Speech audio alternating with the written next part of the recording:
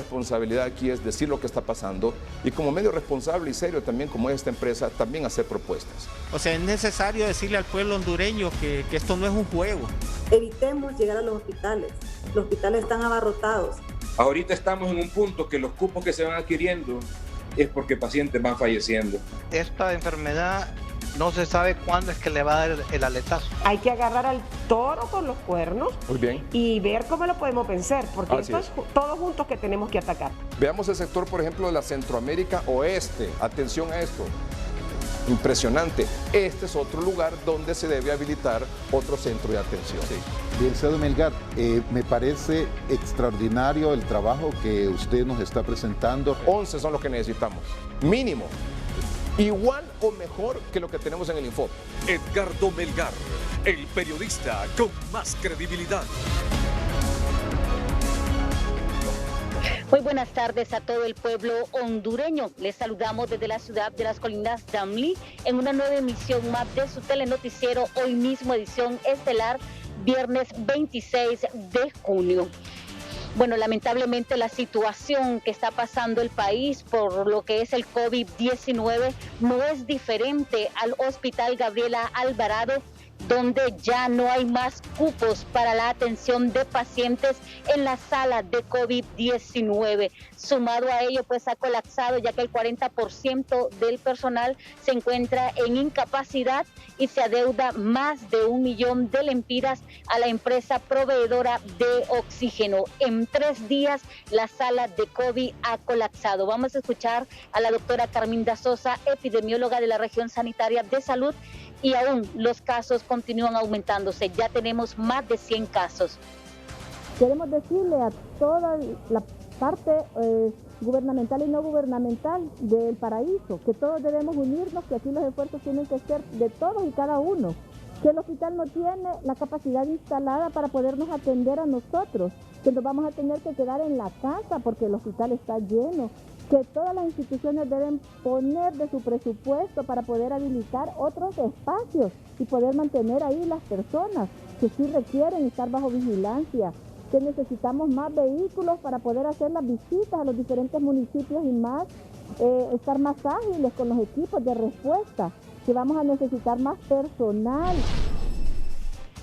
Es así que en este caso pues se está pidiendo auxilio a todos los entes en el departamento del Paraíso para que se puedan crear otras opciones de nuevas salas para COVID-19 para la atención de pacientes. Aquí tenemos el rezago de más de 200 pruebas, es decir que van a continuar lo que son los casos de COVID-19 y el temor a la larga sería en este caso que se incrementen muertes por COVID-19 por no tener un lugar donde atenderlos. 17 camas que son las únicas que tienen oxígeno y nada más, ya no hay más espacio, así lo detalló el director del Hospital Gabriel Alvarado, que no tendrían espacio, tendría que escogerse el pacientito para que pueda tener opciones a lo que es el oxígeno, así que esperamos que por parte de las autoridades y la Secretaría de Salud puedan destinar el presupuesto de COVID-19, porque aquí se está trabajando solo con fondos propios. Trasladamos micrófonos hasta Roatán con nuestro compañero Isaac Calix. Buenas tardes. Buenas tardes, Kenia, televidentes del noticiero Hoy Mismo acá en Roatán.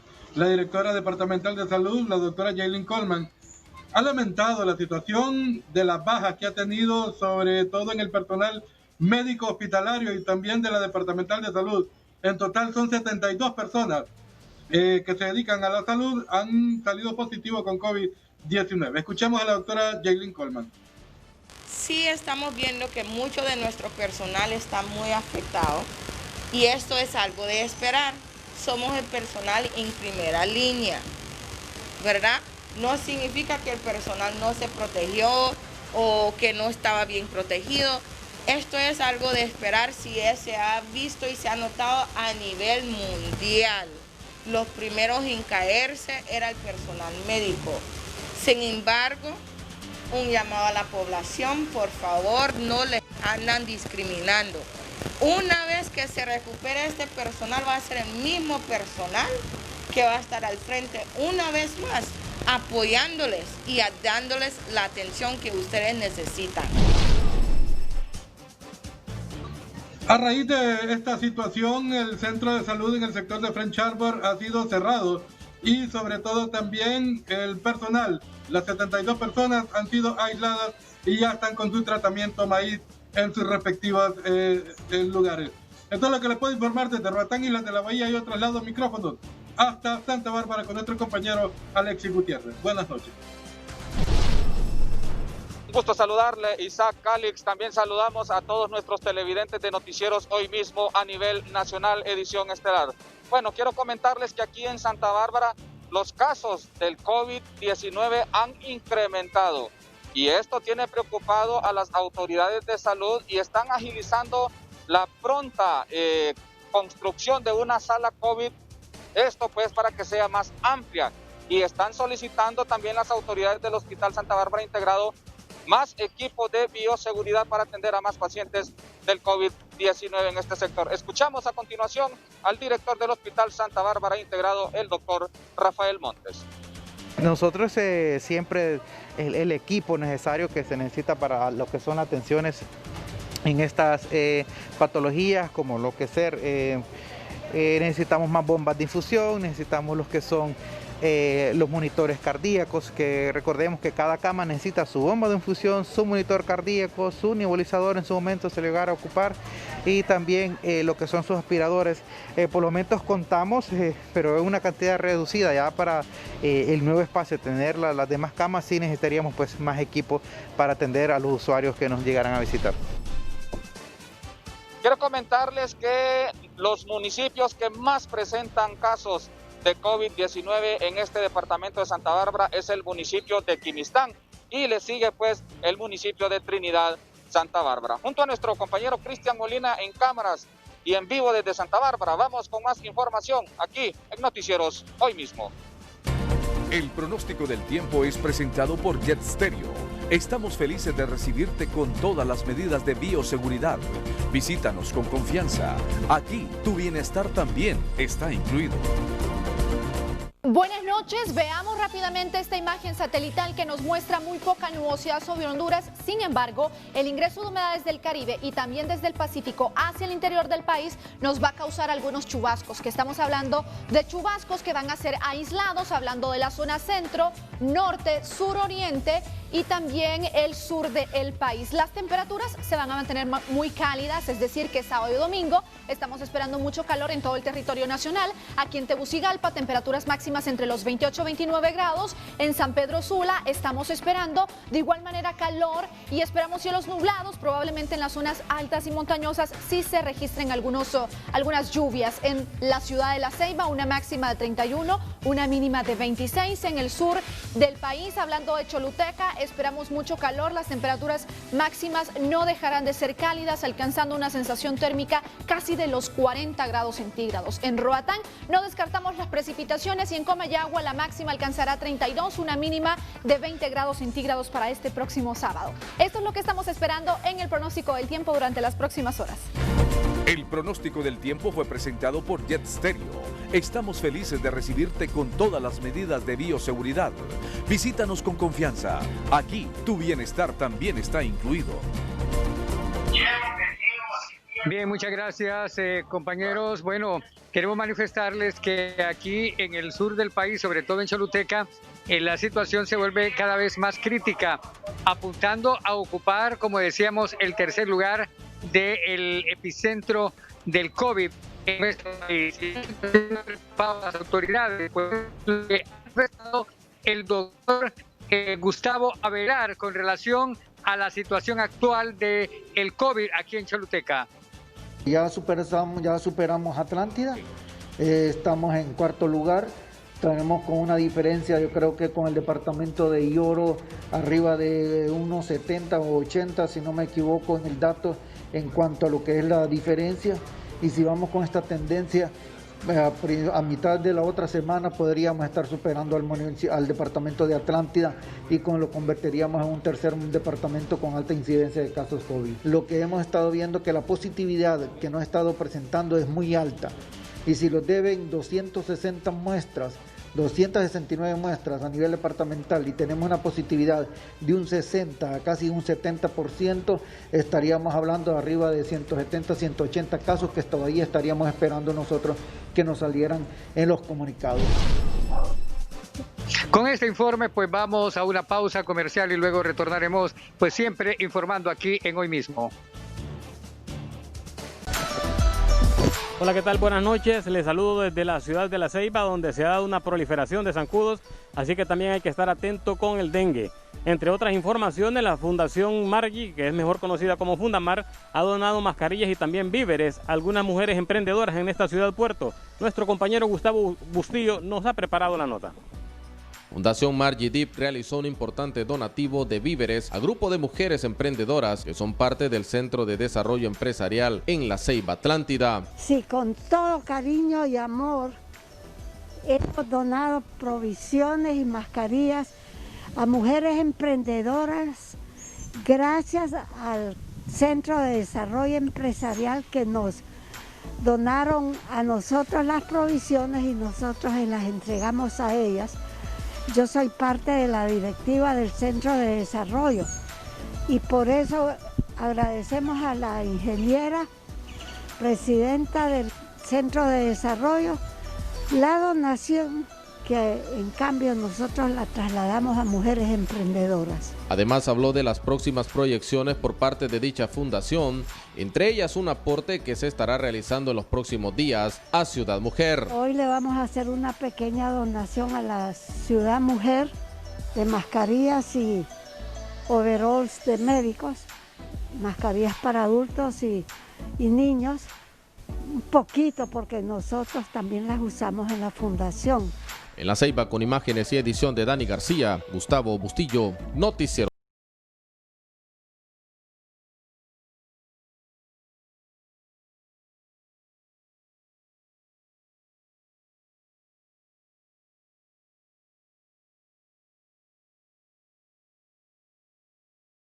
Bien, escuchábamos a doña Margarita Dip, escuchábamos, históricamente doña Margarita ha sido la única mujer alcaldesa que ha tenido esta ciudad, así que bueno, siempre proyectándose con las mujeres y con otro tipo de obras sociales aquí en esta ciudad puerto. Así que nosotros continuamos con más informaciones aquí en los noticieros Hoy Mismo. Yo envío micrófonos al licenciado Edgardo Melgar.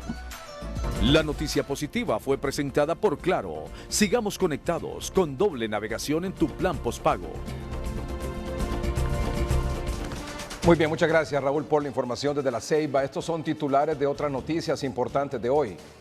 Los titulares son presentados por Banco Ficosa. Comprar lo hecho en casa es tener corazón catracho, porque cuando consumimos lo nuestro, crecemos todos. Ficosa, tu salud está en tus manos. En la segunda quincena de julio se alcanzará el pico más alto de la pandemia en el país, según autoridades de la Secretaría de Salud. Al menos 35 pacientes sospechosos de COVID-19 fallecieron en las últimas 24 horas en diferentes hospitales de la capital. Secretaría de Salud entrega 40 ventiladores mecánicos al Hospital Escuela y este fin de semana se distribuirán 120 más en diferentes hospitales del país. Consejo Directivo de Inves H recomienda al presidente Hernández la destitución de Marco Bográn como director ejecutivo. Consejo Nacional Anticorrupción considera ineficiente la compra de 7 hospitales móviles y denuncia favoritismo estratégico de Inves en el otorgamiento de contratos. Los titulares fueron presentados por Banco Ficosa. Comprar lo hecho en casa es tener corazón catracho, porque cuando consumimos lo nuestro, crecemos todos. Ficosa, tu salud está en tus manos. Este es su noticiero Hoy Mismo con Edgardo Melgar.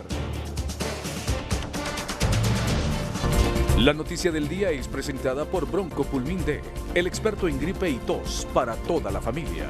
Cero congestión en 15 minutos. Efectivo desde la primera cucharadita. Encuéntralo en tu punto de venta favorito. El Consejo Nacional Anticorrupción ha presentado hoy 2 informes. Uno denominado La corrupción en tiempos del COVID-19 parte 5. Y se refiere a la compra de hospitales móviles de aislamiento por parte de Inves H y lo titula Necesidad o improvisación. Y el otro, la corrupción en tiempos del COVID-19, parte 6, un favoritismo estratégico. Sobre ese tema, el abogado Odir Fernández, jefe de investigación del Consejo Nacional Anticorrupción, dijo esto en el noticiero Hoy Mismo al mediodía. El día de hoy se presentó de manera pública el 6º informe en donde se evidencia algunas irregularidades respecto al proceso de contratación de alguna empresa para el seguimiento y supervisión de obras civiles en el departamento de Copán. El contrato fue suscrito por parte del director ejecutivo de Inves y se pudo identificar de que finalmente una de las personas socias, presidentas de la empresa vinculadas es el tío del actual director ejecutivo de Inves. Ese es el último informe que se ha revelado el día de hoy. Si bien es cierto, es un contrato por 1.2 millones para una supervisión en donde supuestamente van a establecerse uno de los hospitales móviles. También se pudo presentar el día lunes pasado un informe en donde revela pues el pago de más de 1.100 millones de lempiras por parte de la dirección ejecutiva de Inves en la compra de hospitales móviles, que bueno, hay una duda, una expectante por parte de la sociedad en donde no vemos que vengan hospitales móviles a pesar de que se pagó el 100%, y la alta preocupación de que si llegan a vender algunas cosas no van a hacer lo que realmente necesita el país. Tal como nosotros lo pudimos revelar en el informe, el artículo 15 de la Ley de Contratación del Estado establece algunas inhabilidades y prohibiciones para contratar, y en este caso el numeral 6 establece que exista un vínculo de consanguinidad dentro del 4º grado, y en este caso lo hemos podido identificar. El informe establece un esquema relacional entre las personas que estamos señalando en este momento. Y vea, qué lástima que nosotros hemos podido observar que por parte de Inves en los últimos momentos se justifica de que porque nos encontramos una emergencia y la desafortunada palabra de que el mercado volátil y errático los ha obligado a esto. Sepa que en realidad lo errático son las decisiones que por parte de Inves se han adoptado y específicamente por parte del director ejecutivo, que a manera viva ha dicho de que fue él quien tomó todas las decisiones que nosotros estamos observando, que finalmente le han causado un perjuicio excesivamente alto al Estado de Honduras. Mire, él es parte de una estructura que adoptó decisiones que hoy están generando altas consecuencias al país. Tal como usted puede observar, él no hizo el pago de manera directa, pero sí suscribió el contrato. En este caso, la Secretaría de Finanzas realizó el pago mediante 3 partes por 1.100 millones de lempiras, 48 millones de dólares. Aquí tuvo que haber la participación, no estamos responsabilizando de manera directa si sabía o no sabía, pero bueno, la Secretaría de Estado en los despachos de finanzas tiene que saber finalmente en qué se van a utilizar los fondos. La verdad que nosotros podemos respaldar lo que hoy el FOSDE está mencionando, de que hubo otros partícipes. Lógicamente, vemos también un consejo directivo que, si bien es cierto, no adoptó decisiones de manera accionando, sino que omitiendo algunos pasos, sabía lo que estaba ocurriendo, pero no hubo absolutamente nada. Hoy observamos que quien preside el consejo directivo de Inves es la coordinadora general de gobierno. Entonces tuvo que haber otros elementos importantes, otras participaciones respecto a las decisiones que se han adoptado y lo que nosotros observamos hoy. Mire, la verdad que nos da una vergüenza que un alto funcionario que esté manejando altos millones de lempiras y con una alta experiencia, porque Inves no es nuevo en esto. Inves se llama precisamente Inversiones Estratégicas de Honduras, realizar unos procesos de compra. Vergonzoso encontrar una página en donde dice hospitalesmóviles.com. No hubo ningún rastreo para poder identificar este tipo de empresas. Hoy por hoy esa página usted va a identificar de que se encuentra caída y ya no tiene la información que había desde antes. Desafortunadamente el Banco Central también ha servido para validar respecto al pago que se ha otorgado. El rastreo finalmente es algo bastante ridículo, porque ni las personas que compran en Facebook dan todo el dinero de un solo. La verdad que ni las personas insensatas. Por lo tanto, no podríamos permitirle a estos altos funcionarios. Y vea que hoy como Consejo Nacional Anticorrupción tenemos una posición y una exigencia al Estado de Honduras. ¿Qué más tiene que pasar? ¿Con cuántos hospitales más nos tienen que estafar para que esta persona todavía siga al frente de una institución que está manejando muchos millones de lempiras? Estamos ante una probable estafa, estamos ante un probable fraude que exceda incluso los montos que se defraudaron en el Instituto Hondureño de Seguridad Social. ¿Al Banco Central entonces por haber desembolsado este dinero en 3 días? ¿Qué le corresponderían a las autoridades del Banco Central? Bueno, específicamente el Ministerio Público tiene que individualizar el grado de responsabilidad, porque aquí hay una concatenación y una participación por parte de la Secretaría de Finanzas para autorizar ese pago y por parte del Banco Central, que finalmente es el que desembolsa. Más responsabilidad podríamos establecer de que se da por parte de la Secretaría de Finanzas, que sin ningún respaldo, sin ninguna algo que le garantice lo que se estaba adquiriendo, ordenó y solicitó al Banco Central de Honduras para que hiciera esta transacción. Se desembolsó un anticipo del 100% del valor del producto a una empresa que rastrearon en 3 días por Google. ¿Es legal esto? Vea que ya la ley de contratación del Estado establece cuántos son los montos permitidos que uno puede adelantar. En la práctica, hay montos de un 20 hasta un 30% que se puede adelantar, pero hemos visto un comportamiento bastante reiterado por parte de Inves, y no solo en el informe 5, en el 4 se pudo identificar que Inves pagó el 80% de los ventiladores. En este caso, de lo que son los mismos hospitales, se pagó el 100%, más de 1.100 millones de lempiras. En realidad, más que una ilegalidad, es una irresponsabilidad, porque yo le doy la garantía de que el actual director, con su propio dinero, no hace ese tipo de transacciones. Primero se cerciora de que si lo que está comprando efectivamente tiene una garantía de que va a llegar, de que lo va a adquirir. Reitero las palabras erráticas que ellos mismos han dicho, que el mercado volátil y errático los obligó a esto. En realidad, la irresponsabilidad de ellos son los que los llevó a tomar ese tipo de decisiones que contravienen todo lo que establece la ley. También existen algunos argumentos en donde ellos dicen de que se están amparando en los diferentes PCM, pero yo debo de ser bastante enfático, que ningún PCM puede estar por sobre lo que establece la ley de contratación del Estado. Los PCM, si bien tienen el nombre de decretos, pero dentro de la jerarquía de la normativa jurídica tienen un rango de reglamentos. Entonces no podríamos establecer que un PCM en realidad es el que esté dirigiendo todo esto. Y bueno, usted me preguntaba recientemente si hay otras responsabilidades. Bueno, ¿quién emite el PCM? Recuerde que el presidente de la República hoy por hoy es una de las personas más informadas. La presidenta del Consejo Directivo también le informa de manera directa al presidente de la República. Esto ha sido de conocimiento. En realidad la participación del director ejecutivo no es de manera individual. Hay otros actores que también participaron en esto. Si es una compra de 1.100 millones de lempiras, en realidad no lo sabemos todo. Inves debió contratar a algunas personas. De hecho, pudimos observar que después de haber realizado las transacciones, para el 27 de marzo contrató a una persona para que después colaborara respecto a las instrucciones del manejo de los hospitales una vez estuviesen en el país.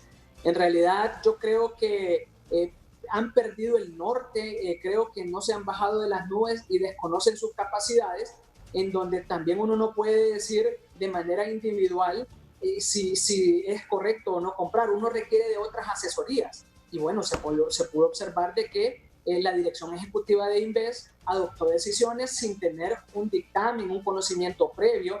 Recuerde que la ley de procedimiento administrativo ya contempla el tipo de dictámenes para poder ilustrarse. El detalle es que han querido manejar a Inves como su propia finanza, su propia arca, y quieren desmarcarlo estrictamente de la administración pública. Pero esto es una gran irresponsabilidad. Pagos altos, 1.100 millones de lempiras solo en hospitales, 450 millones de lempiras solo en ventiladores. Y si usted se pregunta, oye, ¿a dónde están los ventiladores? No hay, la gente se nos está muriendo. Ustedes mismos han presentado casos en donde hay gente que no tiene acceso a un ventilador. Llegan más rápido los ventiladores de donación que realizan los cooperantes a los ventiladores que se han comprado y ya se pagaron en un 80%.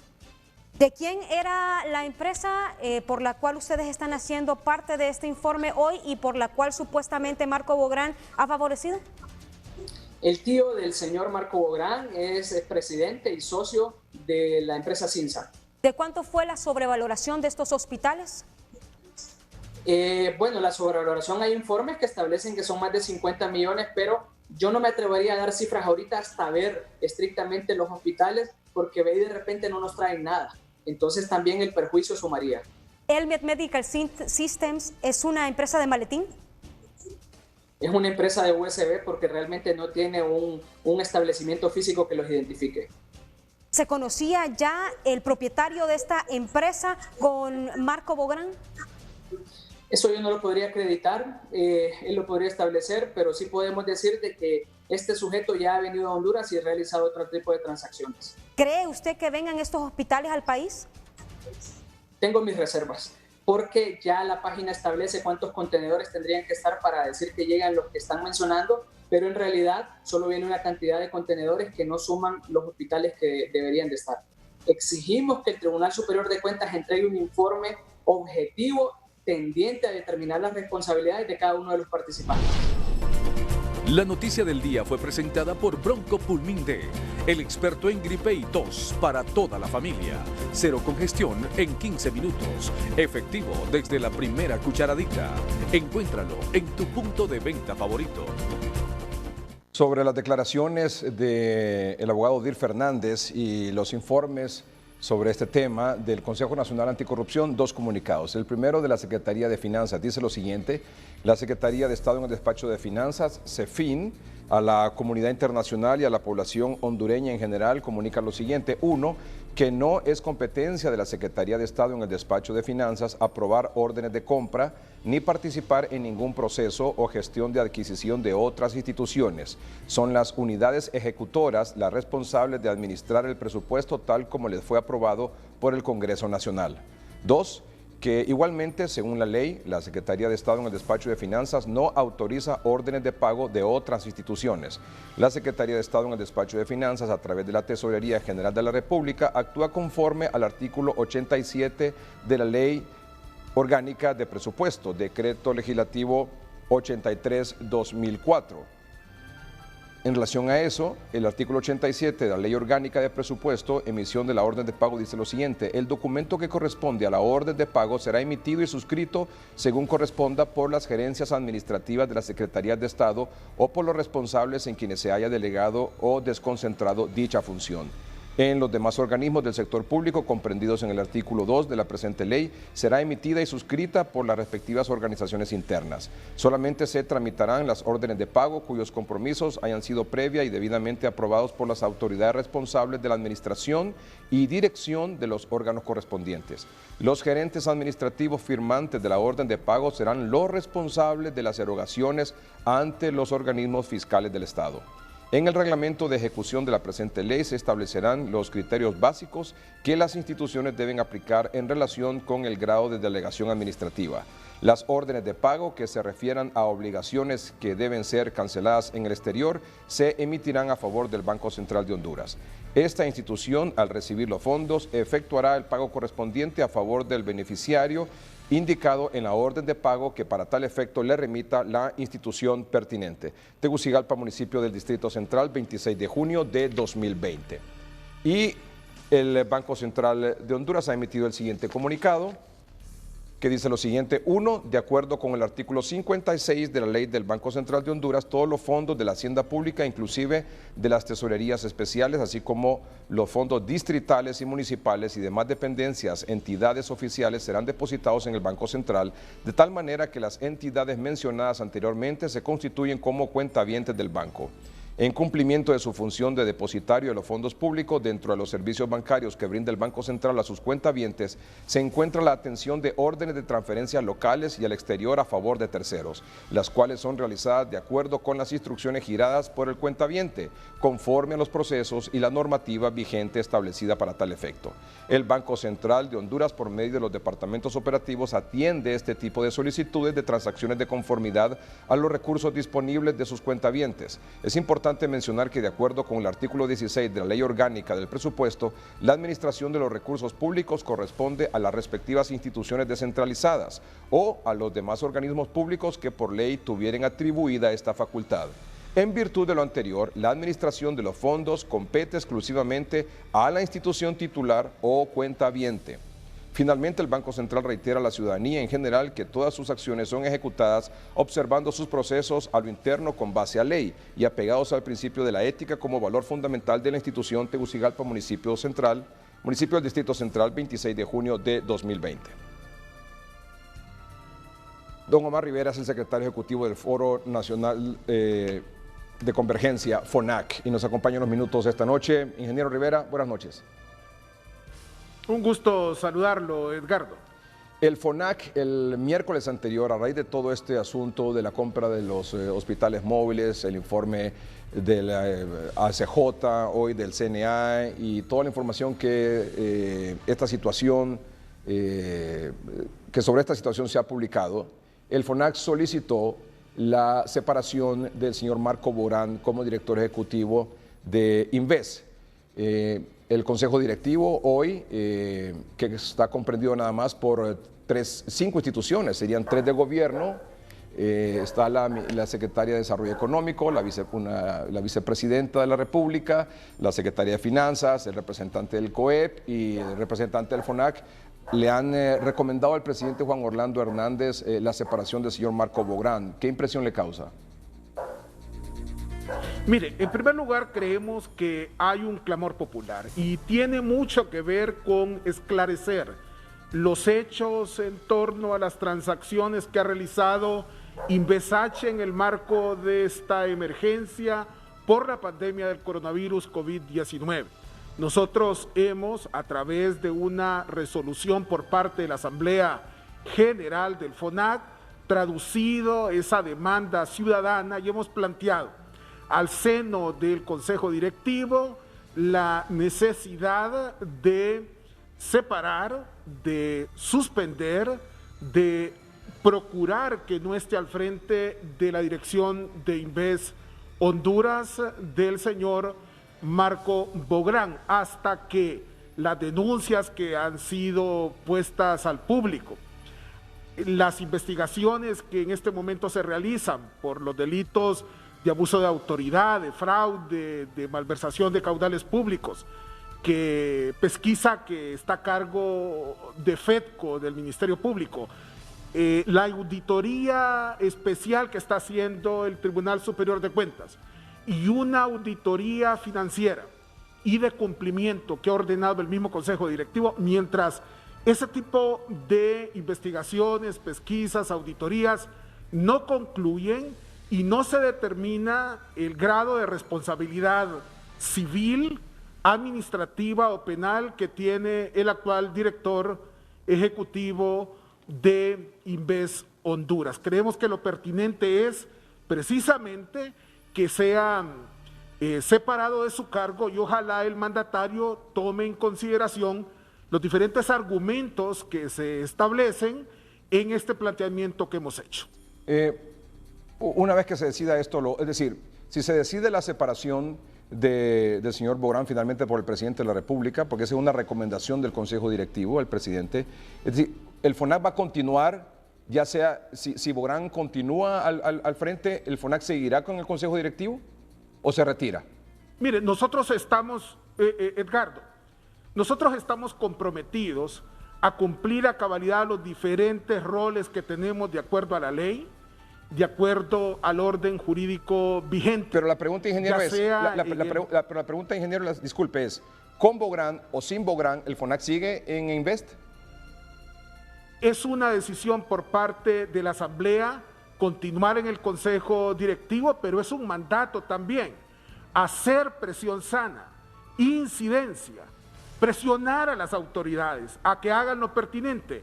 Y una de esas acciones que nos parece pertinente en este momento es la salida del señor Bográn, así como efectuar la auditoría financiera y de cumplimiento que se ha instruido para determinar si se actuó conforme a ley, si se abusó de autoridad o si incumplió los mandatos que claramente tenía el director ejecutivo. Es una auditoría que el Consejo Directivo aprobó en abril de este año y no se ha hecho. Ya estamos llegando a julio casi y no se ha hecho esa auditoría por una empresa independiente y reconocida en el país. 1, 2, el Tribunal Superior de Cuentas también está realizando una auditoría y un seguimiento de este asunto de las compras. 3, el Ministerio Público está realizando una investigación por 3 delitos bien serios. Sí, por eso es que estamos solicitando que se haga a un lado al señor Bográn. ¿Y después? ¿Y ahora? ¿Y después de esto? ¿Y después de esto? debe de venir una repotenciación a Inversach y corregir las fallas que evidentemente han golpeado su prestigio y su credibilidad.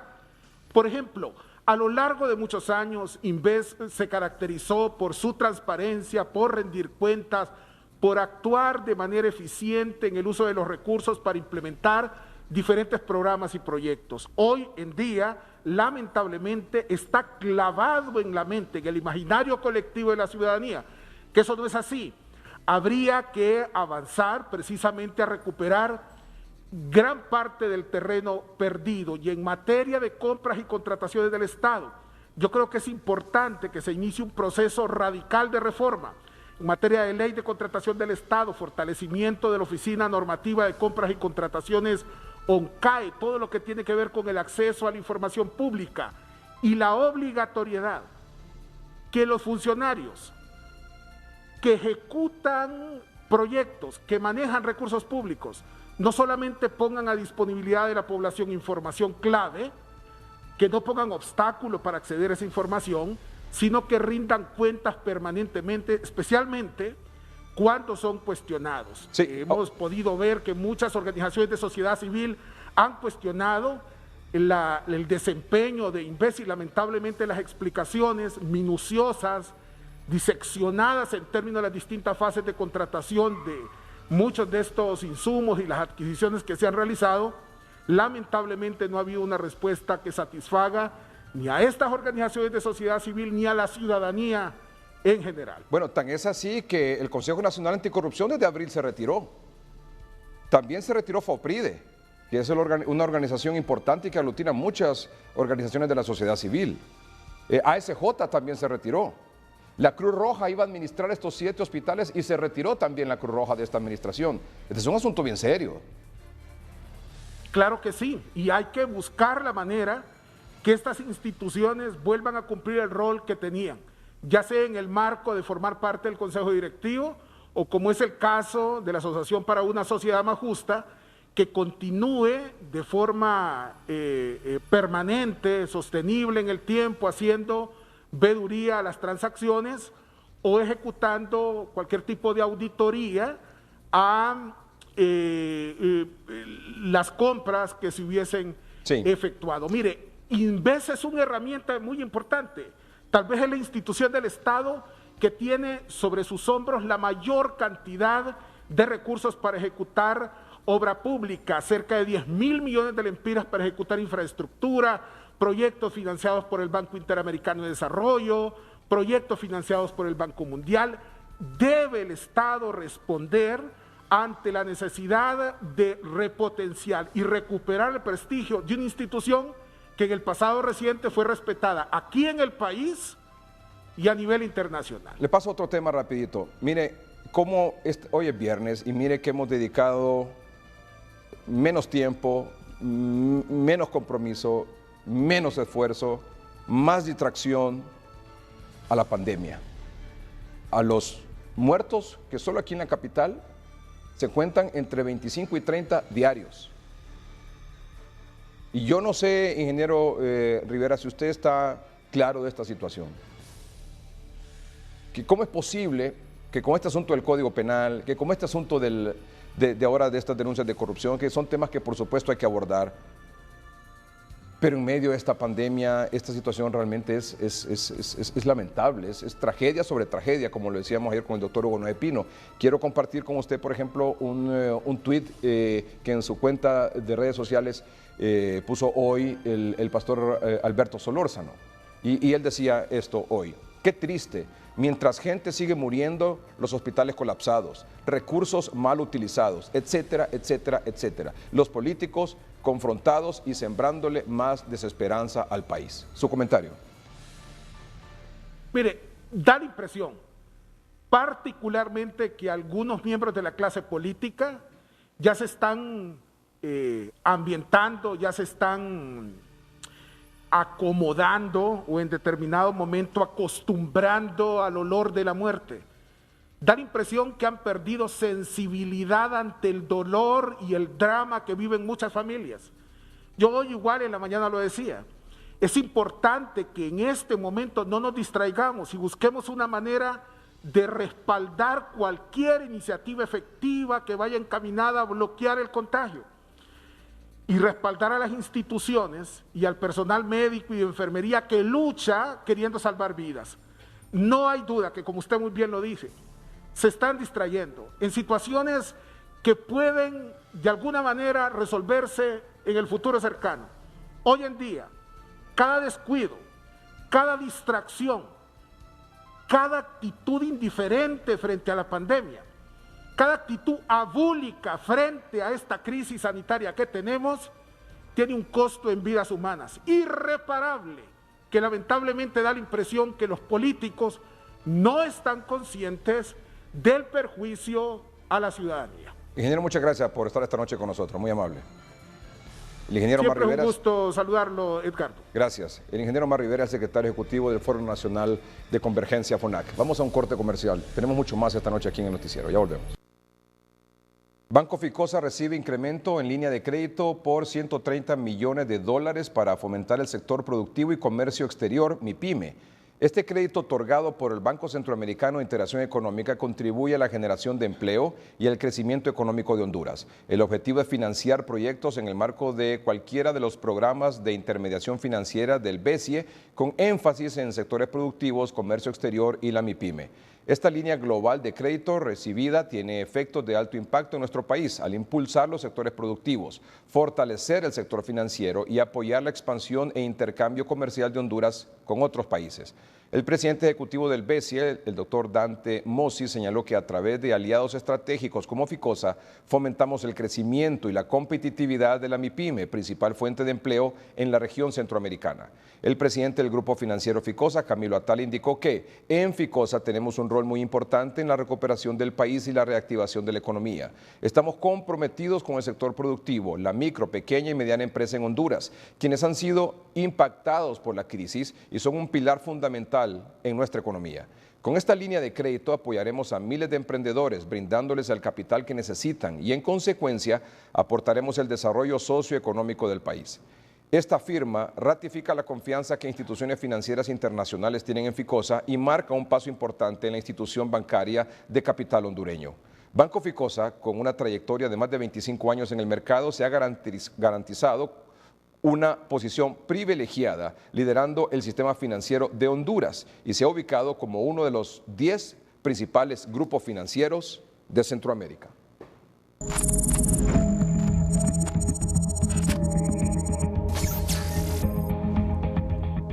La doctora Suyapa Sosa es la jefe del Departamento de Neumología del Instituto Nacional Cardiopulmonar, el Tórax, y es la coordinadora, presidenta de médicos de ese instituto, del Instituto Cardiopulmonar, el Tórax, aquí en la capital. Doctora, buenas noches.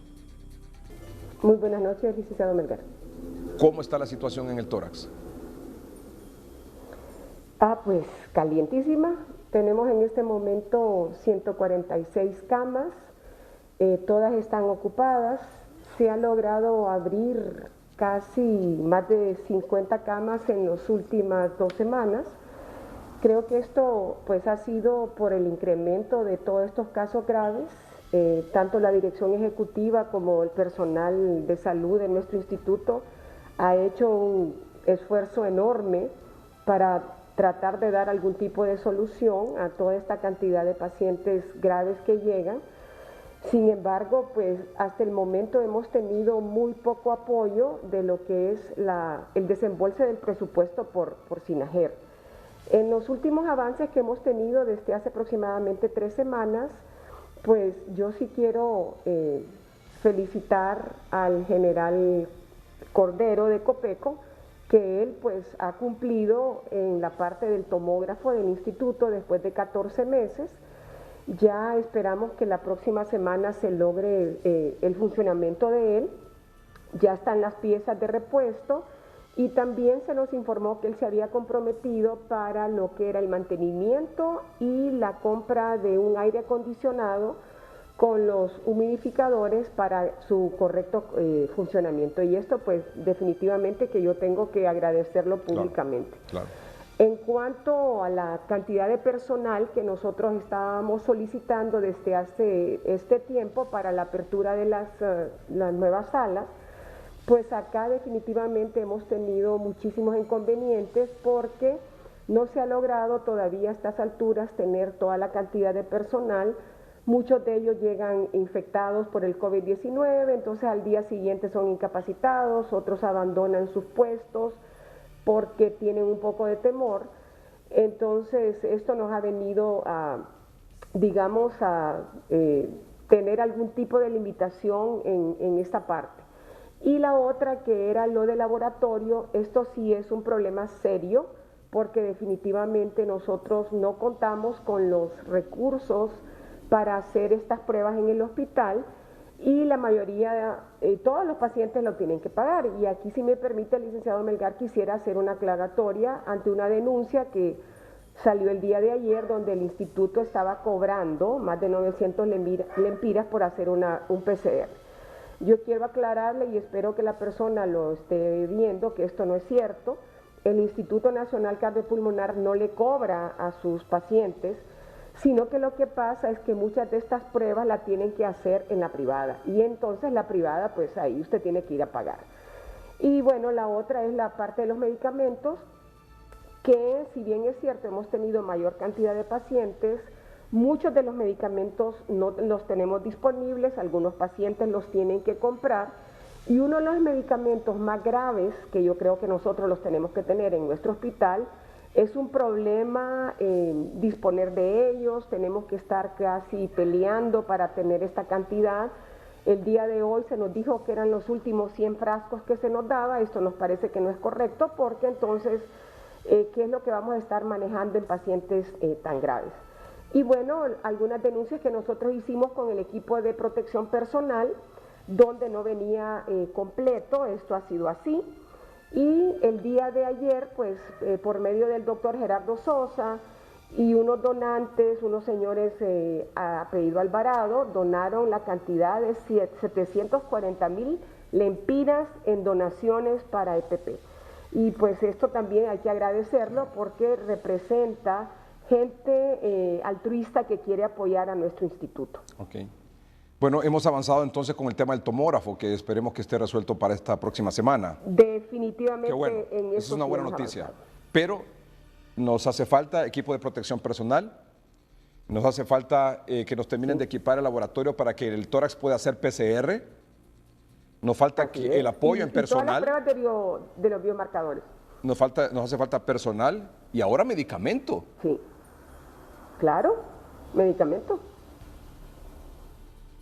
O sea, ustedes han hecho un tremendo esfuerzo habilitando, no sé, creo que más de 50 camas. ¿Cuándo era lo normal? Más de 50 camas, ¿sí? De 50 camas. Y me diría usted que estas más de 50 camas que han habilitado ustedes, ¿es casi con el mismo personal, doctora? Es prácticamente el mismo personal, hemos tenido algunos, por ejemplo, el día de hoy llegaron 8 personas, imagínese usted, 8, para apoyar lo que es esta sala. En este momento tenemos 44 enfermeras que están incapacitadas por sospecha de COVID-19, tenemos también algunos colegas médicos, entonces es muy difícil que nosotros podamos dar una atención, digamos, más personalizada, de mayor calidad, si tenemos tanto personal que está incapacitado en estos momentos. Y además no va a poder ampliar a más camas, por mucho que quisieran. Pues mire, esto es prácticamente imposible, porque si bien es cierto, nosotros tenemos infraestructura, pero sin el personal. Así que nada sirve tener la cama ahí si no tiene el personal. Si el personal no tiene el equipo de protección, si no tiene el medicamento para atender más pacientes. Así es. Entonces esto ya depende de a otras instancias. Yo creo que el Instituto Nacional Cardiopulmonar, su dirección ejecutiva, la parte médica y enfermería, ha cumplido hasta además. Ya ahora le toca a la demás gente cumplir su parte. Doctora, ¿sabe qué siento? Es decir, aquí mucho se ha hablado de la nueva normalidad, que dentro de la nueva normalidad algunas cosas, ¿verdad? El distanciamiento físico, el uso de la mascarilla, las medidas de bioseguridad por donde quiera que uno esté, y todo lo que implica nos ha implicado en nuestro estilo de vida, a todo el mundo y la hondureñidad, por supuesto. esta pandemia. Pero ¿sabe cuál es la nueva normalidad que estoy percibiendo aquí, doctora? La nueva normalidad que estoy percibiendo aquí es que nos estamos acostumbrando a estar contando muertos y muertos y muertos todos los días. Antes, nuestra normalidad a la que nos acostumbramos era cuando el Observatorio de la Violencia o la policía, las autoridades nos dicen, hoy hubo 25 personas que fallecieron en hechos violentos a nivel nacional o 30 personas a nivel nacional. Y eso fue transcurriendo día a día y nos acostumbramos a eso. Nos acostumbramos, por ejemplo, cuando nos dicen, una masacre en tal lugar. ¿Cuántos murieron? 3, 4, 5. ¿Y cuántas masacres van? Pues van tantas. Y ya vemos eso como normal. Hoy, aquí, muéstrenme la gráfica, por favor, si son tan amables. Solo aquí en la capital. Solo aquí en la capital, doctor. Del 22 de junio al 26, en el Hospital Escuela murieron 57, en el Seguro Social 41, ahí en el Tórax 35, en el San Felipe 6. Solo esta semana, del 22 al 26 de junio, murieron 139 personas, doctora, aquí en la capital, sin contar el resto. Entonces, esa es nuestra nueva normalidad. Es que tenemos que acostumbrarnos a esa nueva normalidad, por Dios santo, doctora. No tenemos que, pero esto es lo que nos toca vivir en este momento. Y esos son los casos que nosotros podemos contar. Imagínense los que fallecen en sus casas que no nos damos cuenta, porque esa es otra. Claro, pero me realidad refiero a que nos estamos acostumbrando a esta nueva normalidad porque no vemos una reacción radical, un giro de timón en función de lo que nos está pasando, en la atención de esta emergencia. Esta es una emergencia que todavía creo que a estas alturas la gente que la está viviendo somos el personal de salud y el paciente y su familia que llega a los hospitales y fallece o no encuentra un cupo.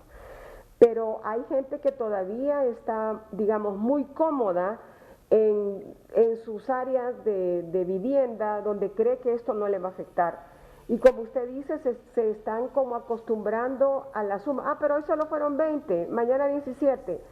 Y esto no podemos nosotros seguir creyendo que esto es una normalidad. Esto es anormal, que nosotros estemos solamente contando muertos. Nosotros lo que tenemos que estar es viendo y contando cuánto vamos a recuperar, cómo podemos nosotros apoyar para que todos estos pacientes salgan adelante. Y aquí ya los compromisos, licenciado Melgar, no solamente es la parte de salud. Aquí la mayoría de este compromiso es política, es un compromiso de presupuesto y de los entes que son los que regulan y son los que tienen que dar las soluciones, porque nosotros de alguna forma estamos tomando ciertas decisiones, pero no vamos a solucionar todos estos problemas. Imagínese que usted sobrevive ahí en muchos casos con el equipo de protección personal por donaciones, ¿o no es así? Solo por donaciones, sí, así es. Imagínese que es aquí en la capital, lo que pasará en el interior. Bueno, nosotros lo vemos todos los días y la gente cree que es mentira, ¿verdad? Sí. Doctora, dijo hoy el doctor Harry Bock, que es el jefe de aquí de la región metropolitana del Distrito Central de la Secretaría de Salud, que el pico más alto de esta pandemia lo vamos a esperar en la segunda quincena de julio, entre el 15 y el 30 de julio. ¿Usted lo ve así también? Sí, yo creo que todos estamos esperando que la mayoría de estos casos van a estar ahí. Va a depender también de cómo manejemos este nuevo cierre de la capital, porque yo todavía miro demasiado carros circulando, yo todavía miro demasiada gente.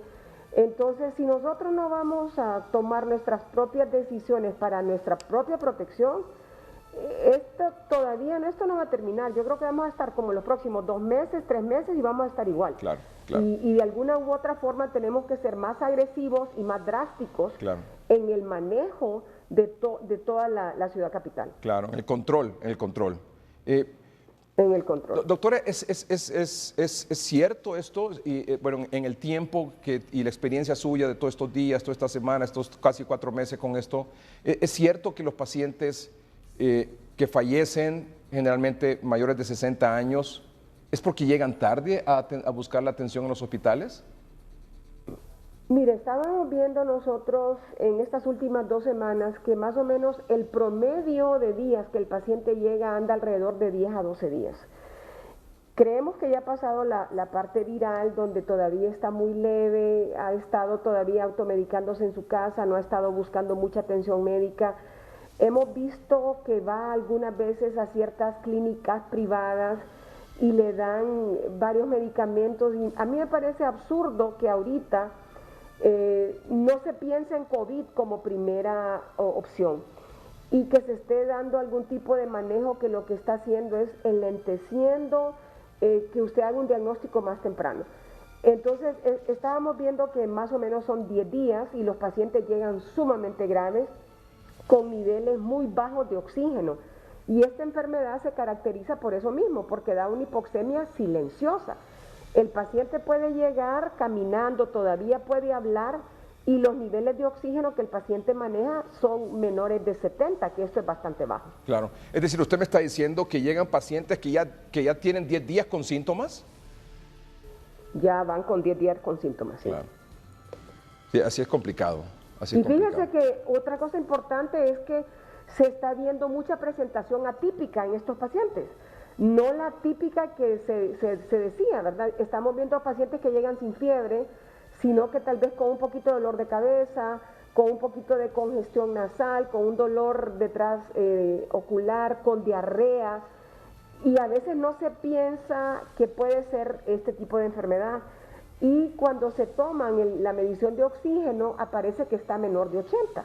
Entonces, un cuadro diarreico no tiene por qué darle un nivel bajo de oxígeno. Entonces, como yo les digo a los pacientes, porque ahorita llaman muchísimo a preguntar, tienen que ir a un clipper, tienen que ir al polideportivo, tienen que ir en este momento que están leves a que les hagan algún examen, que les hagan la prueba, para poder de alguna manera canalizar y contener estos casos leves que todavía se están presentando y no dejar que pasen a más severidad. Claro. Bueno, precisamente por eso, doctora, yo quiero compartirle, no sé si usted lo ha visto, pero aquí en el noticiero hemos sistemáticamente y de acuerdo a cómo ha ido la evolución de esta pandemia, también procurando coadyuvar en este esfuerzo, con doctores, bueno, como usted, especialista en este asunto, y otros doctores que nos han colaborado, nos han asesorado tanto en la cobertura y en el abordaje de este tema. Por ejemplo, esta propuesta que tenemos ya en esta fase 5, porque evidentemente estamos en la fase 5 de la pandemia, hemos sugerido que las brigadas médicas que están casa por casa para identificar los sintomáticos, pero que también lleven pruebas rápidas para detectar a los asintomáticos y entregar tratamiento maíz. Definitivamente. Habilitar más centros de triaje. Se lo leo, doctora, luego su comentario. Gracias, doctora. Habilitar, por ejemplo, más centros de triaje que funcionen como hospitalitos, lo que decía usted, doctora, en las zonas de mayor contagio. Los hospitalitos deben contar con médicos y enfermeras para atender a pacientes leves y moderados, con suficiente oxígeno, tratamiento maíz y los insumos que sean necesarios. Cada hospitalito debe tener una ambulancia para trasladar pacientes graves a un hospital según la disponibilidad de cada hospital. Y esto funciona en Tegucigalpa y en San Pedro Sula, por supuesto. Habilitar una red de comunicación fluida 24 horas los 7 días de la semana entre los hospitalitos y los hospitales para facilitar el traslado de pacientes graves. Ampliar al máximo, como efectivamente está ocurriendo, la capacidad de los hospitales que atienden a pacientes graves y críticos y fortalecer los hospitales regionales con médicos y enfermeras, además de oxígeno, tratamiento maíz y los insumos que sean necesarios. ¿Qué opina usted, doctora? Yo creo que sí, estas son medidas que son muy realistas, que tienen mucho costo-beneficio, que sea muy positivo. Yo creo que es lo poco que todavía podemos hacer a este nivel. Algo que me llamaba la atención y que comentábamos la vez pasada con unos colegas era que no sabemos si realmente se ha contratado mayor personal para hacer esto o si es la misma gente que está, digamos, en los centros de salud que también la ponen a hacer esto. Porque si es la misma gente de los centros de salud que la ponen también a andar en estas brigadas, esto de alguna manera limita, digamos, el acceso a mayor personal a todas estas colonias. Con tanto médico desempleado que hay aquí, con tanto personal, yo creo que es una manera de ganar todo el mundo. Se gana la parte de salud preventiva y también los médicos jóvenes que están desempleados. Entonces yo creo que esto se tiene definitivamente que fortalecer, porque mire, si nosotros no paramos esto en estas primeras etapas, no hay forma que lo vayamos a parar. Esto es una escalera que ahorita tal vez estamos en la segunda grada. Y nosotros tenemos que hacer todo lo posible para que esto no nos vaya a, digamos, a destruir completamente, porque definitivamente ningún país va a estar preparado ni lo ha estado para esta pandemia. Pero de alguna forma nosotros tenemos que luchar para disminuir todos estos casos de letalidad y mortalidad que estamos viendo en este momento. Así es. Doctora, recibí una nota de la Secretaría de Salud donde me informan, informan al noticiero sobre la distribución que ha comenzado de ventiladores mecánicos. Y dentro de los hospitales a quienes se les dará esta primera entrega entre el 26, es decir, hoy el 29 de junio, está el Hospital Cardiopulmonar con la entrega de unos 20, al menos 20 ventiladores mecánicos para este fin de semana probablemente. Creo que hoy se entregaron, no sé, algún par de imágenes ahí sobre la entrega que se hizo hoy al Hospital Escuela. Creo que el Hospital Escuela le hicieron una entrega de 40, vamos a ver, el Hospital Escuela sí son 40 de la primera entrega de 103 ventiladores que están programados. También hay entrega para el Hospital de Occidente, Sur, Atlántida, Santa Teresa, El Progreso, San Francisco, San Isidro, el Catarino Rivas, San Felipe, Leonardo Martínez, el Hospital María. Son un total de 353 ventiladores mecánicos y 160 que se harán entrega durante este fin de semana. ¿Ya llegaron estos ventiladores mecánicos, doctora? Estos son los del San Felipe de hoy. No. Sí, estos son del hospital, estos son del Hospital Escuela, los 40 que llegaron hoy al Hospital Escuela. Sí. Mire, yo pregunté a algunos colegas que trabajan ahí y me dicen que aparentemente la doctora Molina sí estaba diciendo que los iban a recibir. Sí. En el Instituto Nacional Cardiopulmonar nosotros no los hemos recibido. Yo le pregunté a la directora, ella me dice que sí, que aparentemente va a haber una donación de 20, sí, ¿verdad? También le pregunté a la doctora Enamorado, que es nuestra jefe de cuidados intensivos, ella me dijo que ella no sabía nada de esto. Ahora, nosotros hemos tenido conocimiento, licenciado Melgar, de un informe que dio el gobierno a la ASJ, donde va a haber una donación de 1.679 ventiladores. La verdad es que es una cantidad enorme de ventiladores, yo creo que ni toda Centroamérica junta los tiene. No creemos que el país tenga la capacidad para poder manejar esta cantidad de ventiladores, porque no solamente, hablemos específicamente del tórax, no solamente es que nos vayan a dar 20 ventiladores con otros 8 que nosotros podamos tener, porque el ventilador por sí solo no salva la vida.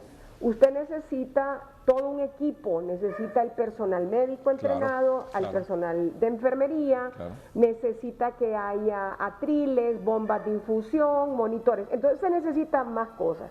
Y la otra cosa es que usted necesita que la red eléctrica y todo el sistema de oxígeno levante estos ventiladores. Hasta donde nosotros sabemos, nuestra capacidad máxima serían 13 ventiladores. Entonces habría que ver si esto es así, porque yo creo que es un beneficio para todos los hospitales que de alguna u otra forma les donen 10 o ¿verdad? Claro, todo el mundo los va a ocupar. Claro que sí. Bueno, doctora, ¿cómo quisiera que diéramos buenas noticias, verdad? Pero tenemos este asunto, esta promesa de la entrega de los ventiladores, tenemos que se resolvió el tema del tomógrafo, pero tenemos pendiente el equipo de protección personal. Ustedes ampliaron en 50 camas más, tienen 146, que me imagino que estos 146 se mantienen casi ocupadas permanentemente, doctora. Totalmente ocupadas. Necesitamos el equipo para que el laboratorio, necesitamos el equipo para que en el laboratorio del tórax se puedan hacer PCR, más personal y garantizar medicamentos. Lo de los biomarcadores también, claro. Así. Bueno, hay una buena noticia también, me decía el doctor Edwin Cruz, director del Hospital San Felipe, que ya están comenzando a hacer PCR y que podrán hacer no menos de 40 diarias y podrían tener el resultado. 50 diarias y sí. ¿Perdón? Se iban a turnar entre el tórax y el San Felipe para hacer los PCR. Esto es bueno definitivamente. Claro, esa es buena noticia, fíjese. Hemos recibido, como le digo, mucha donación de la gente en ese sentido. Sí, el doctor Edwin Cruz me comentó eso, que iban a poder realizar ya pruebas PCR a partir del lunes y con respuesta el mismo día. Exactamente. No como ahora que Eso es tenemos, algo que tengo gente esperando aquí, beneficiarnos a todos. tenemos gente esperando con más de 15 días ya, un resultado. Más de 20. Sí, sí. Dice el doctor Edwin Cruz que ya el lunes podrán hacer las pruebas PCR, que ya comenzaron a hacer algunas prácticas. Dice que pueden ser hasta 48 diarias y que el resultado va a tomar 2 horas. Esta es una buena noticia. Eso es lo ideal, mire, eso es lo ideal, porque realmente que se tarden un mes en dar un resultado es una atrocidad, ¿verdad? Inclusive muchas de estas pacientes ya están curados o digamos están, bueno, cuando les dan el positivo. Y así hemos estado trabajando. Sí, pero no pueden tiempo. incorporarse a sus labores, no pueden incorporarse a sus labores, doctora, porque tienen que, o sea, no sabemos en realidad, bueno, entenderíamos teóricamente que ya están curados, pero lo mejor es tendrían la prueba que dice negativo, ¿no? Así es. La prueba PCR que dice negativo. Sí, así. Esa es la confirmatoria. Muy bien. Doctora, muchas gracias. Vamos a seguir conversando, ¿le parece? Para seguir analizando esta situación como lo hemos hecho en estos meses. Muchas gracias, doctora. Gracias, muy amable. Gracias. La doctora Suyapa Sosa, la jefa de neumología del Instituto Nacional Cardiopulmonar, el Tórax, y es la presidenta de los médicos de ese centro asistencial. Ya volvemos. El precio del combustible es presentado gracias a Didemo Honda, la marca de motos número 1 en el mundo. El precio de los combustibles en Tegucigalpa: gasolina super 20.80 lempiras, gasolina regular 18.83 lempiras, diésel 16.05 lempiras, queroseno 10.72 lempiras, gas vehicular 37.68 lempiras, gas LPG 230.83 lempiras. El precio de los combustibles en San Pedro Sula: gasolina super 20.28 lempiras, gasolina regular 18.31 lempiras, diésel 15.51 lempiras, queroseno 10.18 lempiras, gas vehicular 34.09 lempiras, gas LPG 209.68 lempiras. El precio de los combustibles fue presentado gracias a Didemo Honda, la marca de motos número 1 en el mundo.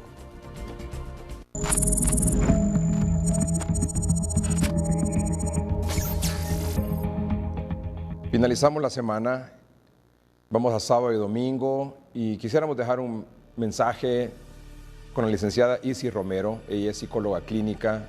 Licenciada, hay mucha ansiedad, gracias por acompañarnos ante que todo. Hay mucha ansiedad, mucha intranquilidad mental por todo lo que está pasando. ¿Cuál sería su mensaje para nuestros amables televidentes esta noche en ese sentido? Buenas noches, licenciado Melgar. Para mí es un placer estar en este noticiero y sin lugar a dudas estamos bajo niveles de estrés sumamente fuertes. La población hondureña en general. Todos los días estamos escuchando todas las noticias, poniéndonos al tanto de lo que está aconteciendo en cuanto a la pandemia, la cifra de muertos, aunado a esto, el impacto emocional que tiene, lo político, lo social, es un cóctel de frutas, en realidad, en la mente de los hondureños, y no se está dando alternativas para drenar todas estas emociones. La Organización Mundial de la Salud ha advertido que se avecinan también tiempos de mucha ansiedad, de mucha depresión e incluso intentos suicidas, producto del mal manejo de salud mental en la población. Sí es importante que sepamos que esta es una situación nueva para todos. Nadie estaba preparado para lo que estamos viviendo en este momento. El miedo es normal. Lo que no es normal es que permitamos que nos paralice, porque al paralizarnos, sin lugar a dudas, estamos viendo lo que mencionaba la doctora hace poco, tardamos en recurrir a hacernos un examen y estamos estigmatizando a la población. Al estar estigmatizados, lamentablemente, evitamos salir y hacernos una prueba porque nos da miedo. Nos da miedo el rechazo, nos da miedo que las demás personas nos juzguen. Y esto, sin lugar a dudas, está limitando el actuar de los médicos. No estamos contemplando también el estrés al cual está sometida la población en cuanto a los médicos, ¿verdad? O sea, el personal de servicio de primera línea. Ellos también pueden estar experimentando incluso estrés postraumático, porque recordemos que las cifras de muertos no son habituales. Ellos están acostumbrados a tratar emergencias, pero no con tal magnitud. Entonces, sí vale la pena que tomemos en consideración algo alarmante. Tenemos que brindar contención emocional a la población porque se nos han incrementado los casos de violencia doméstica en los hogares, se ha incrementado el consumo de alcohol de forma alarmante. Entonces son problemas que no se están visualizando, pero son pandemias paralelas al coronavirus que nos está dejando, que nos puede dejar facturas bastante fuertes si no lo canalizamos. Hay otro grupo, licenciado Melgar, del que no se habla, son los niños, los adolescentes y los adultos mayores, que igual están siendo víctimas del estrés, que no saben cómo canalizarlo, porque estar todo el día en la casa viendo noticias no es nada halagador. Lamentablemente el panorama que se avecina es un poco reservado. Entonces, ante esto, ¿cómo entiendo mis emociones y cómo dreno todas estas situaciones? Papá, mamá, ustedes que nos están viendo en este momento, salgámonos un poquito. Hay que, de alguna forma, controlar el tiempo en las redes sociales, controlar el tiempo, la calidad y el tipo de información que nosotros estamos transmitiendo. Porque aunque un niño no lo diga, aunque un adulto no lo diga, se puede deprimir.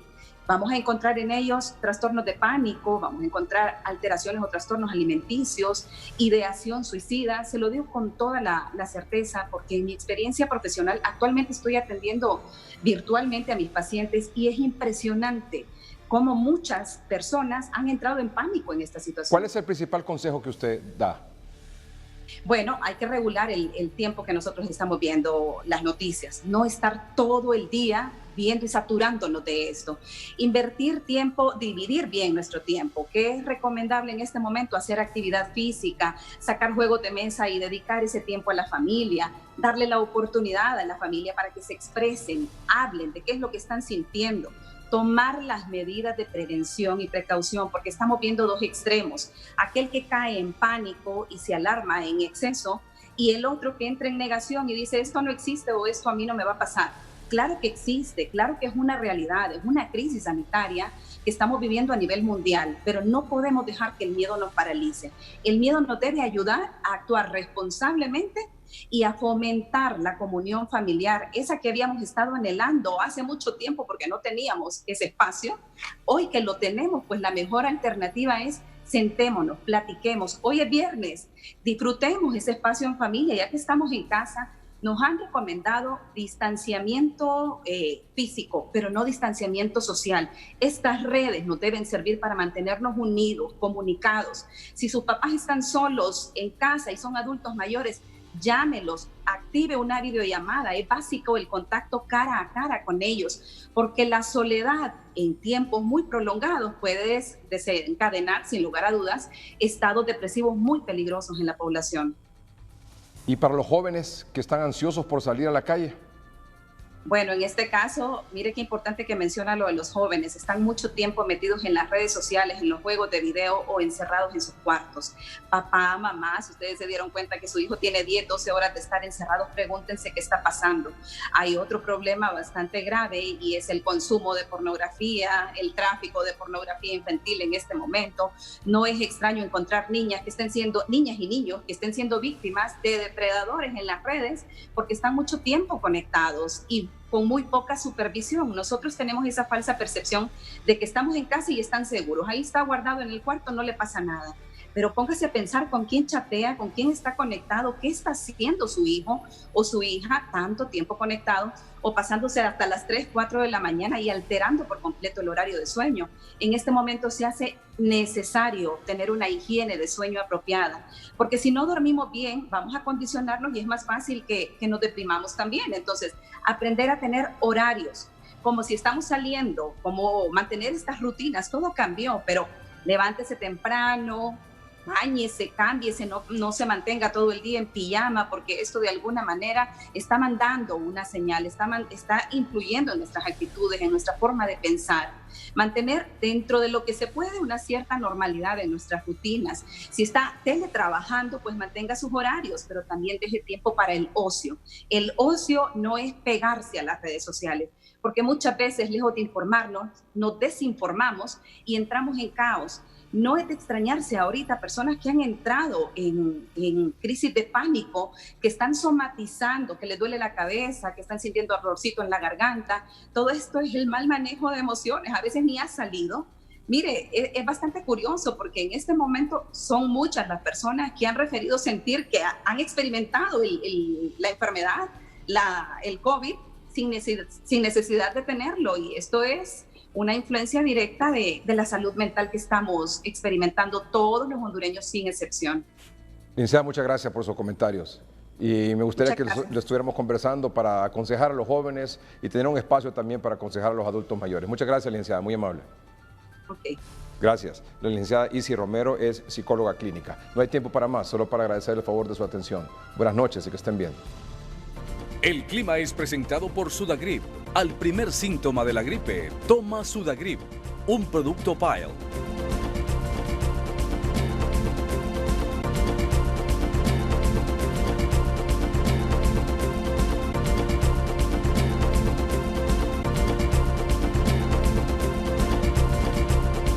El clima fue presentado por Sudagrip. Al primer síntoma de la gripe, toma Sudagrip, un producto Pile.